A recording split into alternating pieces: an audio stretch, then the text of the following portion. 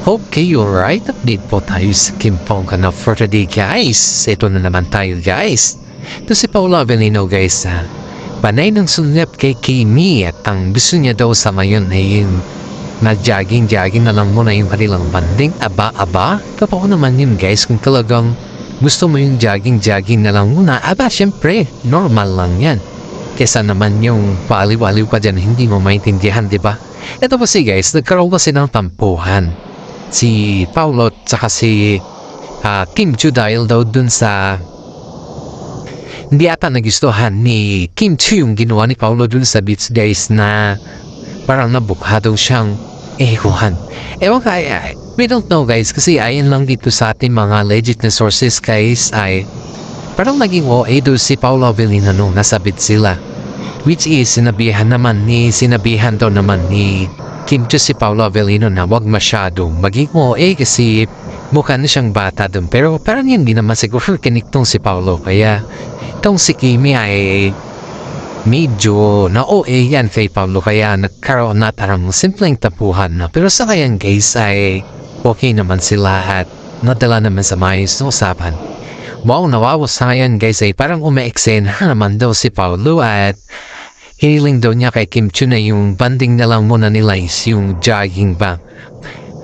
At syempre ito naman si Kim Chu dahil very fit yung kanyang pangangatawan, mas pabor sa kanya yung jogging. And at same time naman ay nakita naman natin kung gaano gusto naman ni Kim Chu na magka-exercise ng jogging kasama si Paolo Avellino. Ito tayo, guys, may bago tayong update sa ngayon. May mga kasama pala sila Kim Chu at saka si Paolo Avellino na kumbaga is mga celebrity din ba, mga taga-showbiz, guys, na kasama nila nag-jogging. Kaso nga lang kasi itong yung kasama nila na barkada ni Kim Chu, guys, ay sabi daw sa kanya na yung tayo na lang yung magsabay sa jogging kasi si Paolo, kasi pagkasabay mo ko sa si Paolo daw, guys, ang dami daw niyang chicheburetche. Kumbaga is daig pa daw niya ang isang babae. Kaya ito naman si Kim Chu, sabay na natin si Pao para ma-enjoy din. Ito naman si babae, sinabihan daw si Kim Chu, guys, na naiilang daw yung best friend niya pagkasama si Kim Chu. Aba, may pag-anon effect pa naman sa ngayon, ha? Naiilang ka pa kay Paolo tapos kumambuli ka kay Paolo, isalos naiiyak na si Paolo sa katatanggi sa mga bully mo.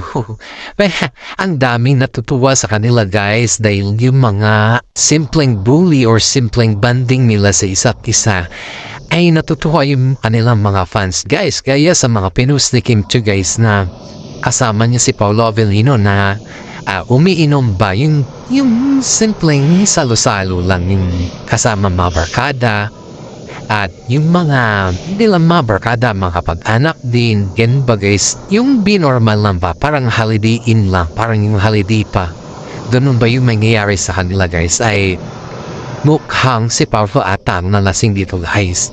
Ang sabi ng kanilang kasama, guys, na hindi daw master si Paolo sa pag-inom ng alak, kundi ang master daw ni Paolo is yung smile lang hindi mo maintindihan. Yung ito, guys, ayon dito sa ating legit na sources, ito yung sabi dito sa atin na si Paolo Avellino daw, guys, not yung bang first taken na halak niya, yung winom pa lang siya. Nagsasalita pa lang daw siya, guys, na pabiro, pa-joke time, parang ganun. Yung puwela lang ba? Pero nung medyo natamahan na ata po, guys, nawala daw yung salita niya, hindi na daw siya nakapagsalita, parang matamingin lang, nakatitig lang daw kay Kim Chu. Sabi ng mga kasama nila, guys, na siguro pag asin na si Kim Chu ay tunaw na daw dahil sa titing ni Paolo Avellino. Sinabihan ba naman si Paolo na mukhang iwan daw siya sa pagtitig kay Kim Chu? Hindi naman siguro niya namalayan kasi alam naman din natin na si Paolo ay in love kay Kim Chu yan, diba? Nilang niya talaga sinasabi, guys. Dahil pag sinasabi niya kasi yan, guys, ay abubukig na naman sila. Ayan, sabi ng mga netizen sa kanya na painumin ng alak si Paolo. Para sa ganun, mabubuking natin ang sekreto nila. Ito naman si Kim Chu, wow, wag naman. Tuwawa naman yung tao hindi marunong sa alak. Dahan-dahan pa talaga si Kim Chu yung sabi sa mga kaibigan nila. Pero yun guys tingin ng karamihan, kaya ayaw na mapainumin ni Kim Chu si Paolo Avellino ng maraming para hindi sila maboking. Aba, may truthfulness ata di po guys ay sabi ng mga karamihan sa kanila, ayaw lang talaga ni Kim Chu na maboking guys, kaya sabi niya, huwag pasyado kay Paolo kasi namumutla na yung mukha ni Paolo guys, at saka yung mata niya is namumutla na din. Sabi itaw ni Kim Chu sa kanila guys. Kaya sabi ni Kim Chu sa kanila, huwag na natin masyadong painumin yan. Baka mamaya allergic pa yan sa alak. Aba Kim, concert effect ka na naman dyan ha? Ang dami naman pa dyan, mamaya mapost ka na naman. At kaya nga guys, yung mga fans na nakakakita sa kanila dun sa beach guys, at nilamang po dun sa beach, dun sa mga likod daw ng cottage sila guys ay aba. Super duper alalay do si Kim Chu kay Paolo Avellino kasi subusuka na guys. Siyempre, kasama niya dun sa show. At siyempre, kailangan niyang talagaan. Siyempre guys, kailangan niya naman talaga talagaan si Paolo dahil alam naman din natin na si Paolo po ay love na love din si Kim Chu sa lahat ng bagay. Kaya kung ano naman yung pag-alaga ni Kim Chu sa kanya guys ay ganoon din po yung pag-alaga ni Paolo, di ba? Alam naman din natin yan guys, kaya marami dito ang napabilib at tumahanga talaga sa kanila dahil kitang-kita naman natin kung ano yung simpatya ba sa isa sa kanila. Ito na naman tayo guys. Itong si Paolo Avellino talaga ay puwela din paminsan-minsan. Kitang-kita naman din natin kasi sa kanya mga galawan na proud kay Kim Chu. Alam nyo ba guys, nung nasa beach sila ay talaga magsuot talaga si Paolo Avellino ng pang beach. At ito naman si Kim Chu guys ay tuwang-tuwa dahil first time niya naman talaga na nakita si Kim Chu na natuwa sa kanya. At first time din niya matuwa kay Paolo Avellino guys kasi first time niya talaga nakita na nakasuot si Paolo Avellino ng pang swimming. In fairness tuwing inaanyayahan niya daw kasi si Paolo Avellino na mag-swimming guys ay yung ginagamit ni Paolo Avellino is parang yung panglakad, parang yung bang pumunta sa mall ba. Hindi daw niya nakikitaan si Paolo Avellino na yung gamit na pang swimming. Pero in fairness, that part, kasama kasi nila yung nilang mga kaibigan din na mahilig sa swimming guys at kitang-kita mo naman talaga dun yung kahiligan din ni Paolo Avellino. Aba, umantrada daw si Paolo Avellino. Ang sexy daw ni Paolo guys, kita mo dun. Sobrang sexy daw niya at nakikitaan pa siya talaga dun na mas sexy daw siyang tignan compared daw kay Kimi. Kaya sabi ng mga netizen nakakatuwa talaga si Paolo. First time in history daw nakita ni Kimi na ganun yung kanyang in-express or ganun yung kanyang ugali din pala. Na may pakakwela din, may pakakulit din.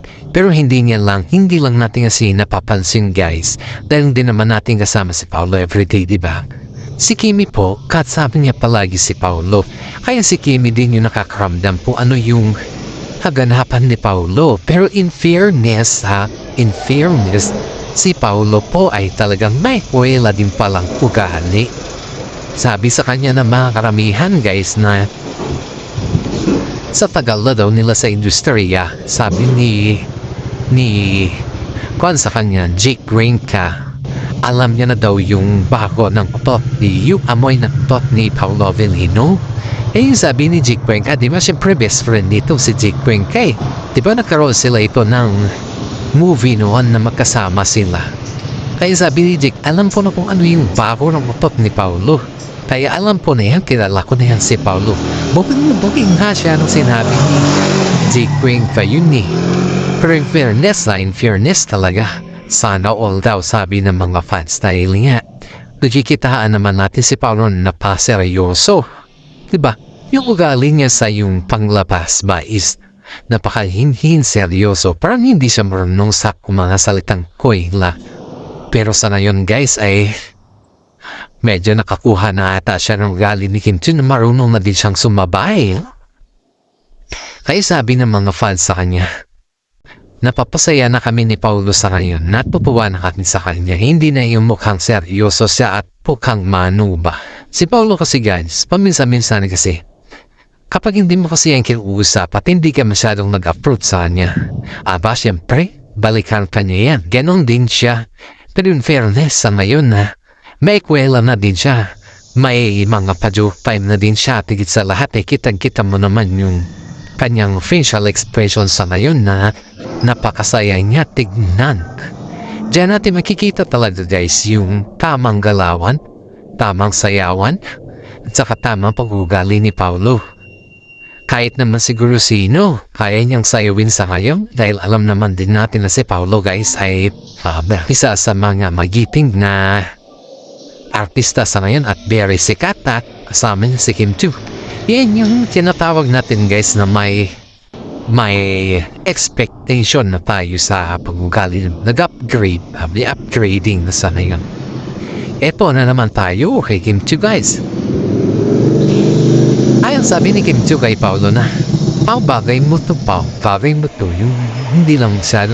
Kasi yung mga suot kasi ni Paulo guys, suot kasi ni Paulo is puro maluluwang. Ayun din dito kay Kim Chiu kasi si Kim Chiu naman yung palaging nag-prepare na mga gamit ni Paulo eh. Kikitaan niyo talaga na si Paulo guys ay yung mga damit kasi ni Paulo is puro maluluwang. Para sa ganun guys is nakikitaan mo talaga si Paolo Avellino na napaka daling niya or napakahusay niya sa lahat. Kaya kitang-kita mo naman yung swabing Paolo Avellino dun. Kaya ito guys, sabi nga ng mga karamihan sa kanya na si Paulo Ramirez back na talaga. Kitang-kita mo na talaga yung ugali niya. Kitang-kita mo kung paano siya bumalaw, kung ano man yung timpla ba. Sa ngayon kasi guys ay si Paolo Avellino kapag tinitignan makalagay napakahinhin niya. Hindi nakakabasag ng baso. Pero in fairness, sayang guys, kitang-kita mo na talaga po ano yung magiging reaction niya dito. Ang sarap sa pakiramdam guys na si Paolo Avellino po ay nagmumukha na siyang marunong siya makipag-joke, marunong na siya sa lahat, at higit sa lahat ay napakabait din niya. Hindi nga niya iniiwanan yung mga kasama niya na humawak ng kung ano-ano dyan ng mga bit-bit ba kasi si Paulo po ay kapag naglalakad sila sa beach, siya po ay tumutulong sa pagbitbit. Siya din po ay tumutulong sa kung ano yung sabihin ni Kim Chiu. Mas more than pa doon guys. Kaya ang daming nagsasabi na napakaswerte ni Kim Chiu sa kanya dahil sa pamamaraan niyang ganon is lalo siyang napamahal sa tao. Ang daming taong humahanga din sa kanya. Kahit sa simpleng dala niya guys ng mga bag ni Kim Chiu, walang kadala din na si Kim Chiu guys na pumunta sa beach. Kundi si Paolo Avellino lahat na dala dun. Kaya mga netizen sinabihan na napakaswerte at napakabait ni Paolo Avellino kay Kim Chiu dahil si Kim Chiu lahat yung nagdadala. Si Kim Chiu lahat yung nagbuhat. Si napakaswerte ni Kim Chiu kay Paulo kasi si Paulo lahat yung magbuhat sa dala ni Kim Chiu.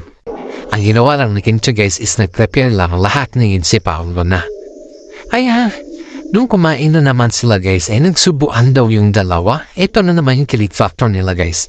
Yung nagsubuan silang dalawa, kita na mga kasama nila yan ay nag-start na naman yung pangangantsaw sa kanila na ang sarap sa pakiramdam na may sumusubo sa iyo. Ano kaya pa yung klase po isusubo pa? Ganun yung mga kasama nila. Ako nga din, sana all may pasubo-subo factor. Ganun po yung naririnig ng mga kasama ni guys kasi naiinggit sila doon sa ginagawa ni Kim Chiu na pagsubo kay Paolo Avellino.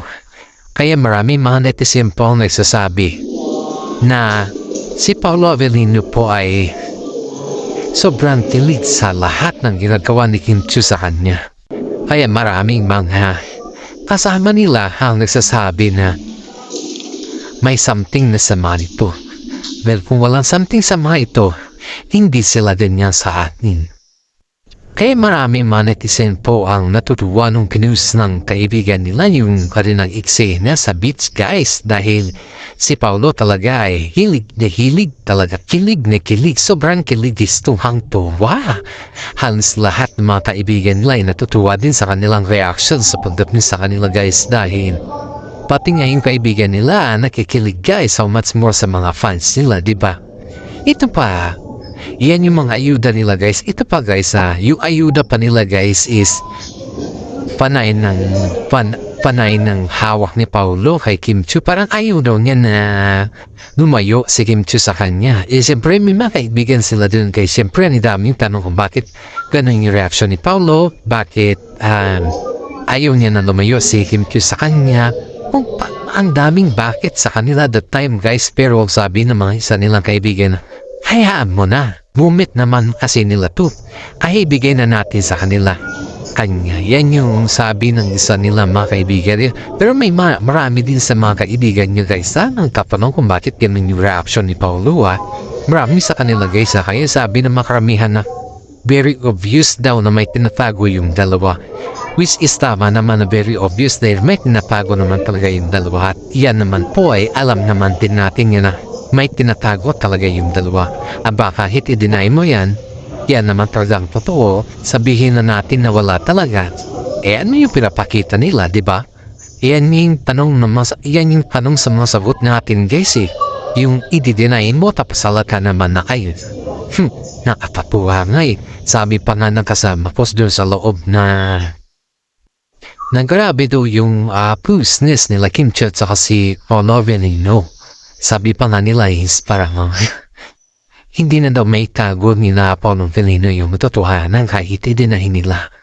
In fairness hinahayaan lang naman na mga kaibigan nila para sa ganun para magkaroon talaga sila ng oras or panood sa isa't isa. Kasi syempre guys, pag yan kasi ay nasa trabaho na, hindi naman natin pwedeng sabihin sa kanila, gumawa kayo ng sarili niyong moment kasi ilang oras lang trabaho. Hindi naman pwedeng gano'n yung guys kasi pag trabaho kasi sa kanila, trabaho is trabaho. Walang halong kung ano man dyan. Kaya yung mga netizen po na mag-umaling sa kanila sa mga chemistry nila, nakikita talaga nila na nakafocus sila sa trabaho. Tigit sa lahat guys nakikita pa rin sila na kahit papano, kahit gano'ng paghirap yung nilang trabaho, andyan pa rin sila sa posisyon nila na talagang ginagampanan yung kanilang role na. Siyempre pag ikaw ay artista, ang dami ba talagang gagampanan dyan at ang hirap. Kung halimbawa lang mahirap yung role mo, siyempre kailangan mo patunayan sa sarili mo na kaya mo yung role mo. Hindi lang yung hanggang sa salita or kung ano man dyan. Dahil nga, siyempre pag ikaw ay artista, dapat kayanin mo yung lahat. Hindi lang yung pabibi ka sa loob ng set na hindi mo alam kung ano yung ginagawa. Mali naman yun.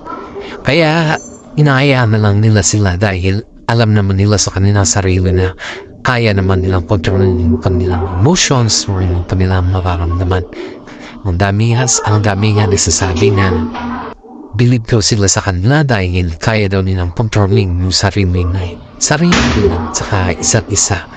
Aba siyempre naman parang naman na hindi mo kayang kontrolin yung sarili mo. Kung nandyan na, di ba?